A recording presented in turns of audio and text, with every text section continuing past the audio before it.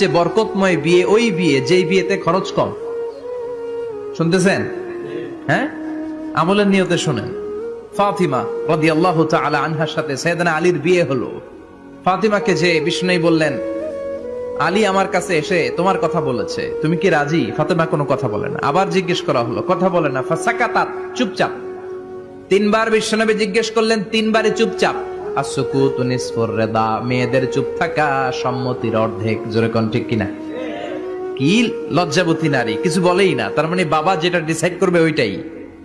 ফাতেমার সাথে সাইয়েদনা আলীর বিয়ে হয়ে গেল।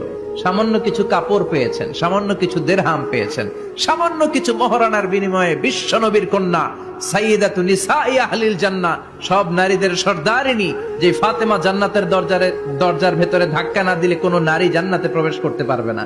সামান্য কিছু মহরানার বিনিময়ে বিয়ে হয়ে গিয়েছে। কোন সুবহানাল্লাহ।